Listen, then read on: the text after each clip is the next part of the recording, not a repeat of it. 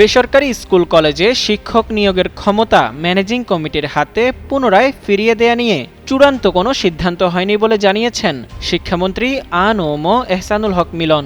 শিক্ষামন্ত্রী জানান, ম্যানেজিং কমিটির হাতে নিয়োগের ক্ষমতা দেওয়ার চূড়ান্ত কোনো সিদ্ধান্ত হয়নি।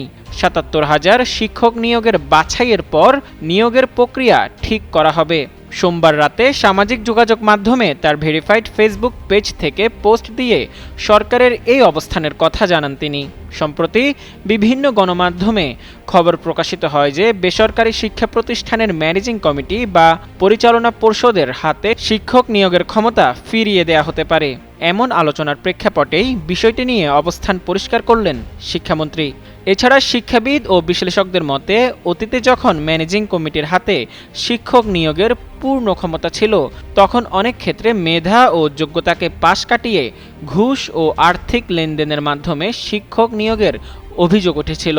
পুরনো সেই ব্যবস্থা আবার চালু করা হলে ২৯,০০০ শিক্ষা প্রতিষ্ঠানে শিক্ষক নিয়োগ রাজনৈতিক হস্তক্ষেপ, স্বজনপ্রীতি ও ঘুষ বাণিজ্য বাড়ার শঙ্কা রয়েছে।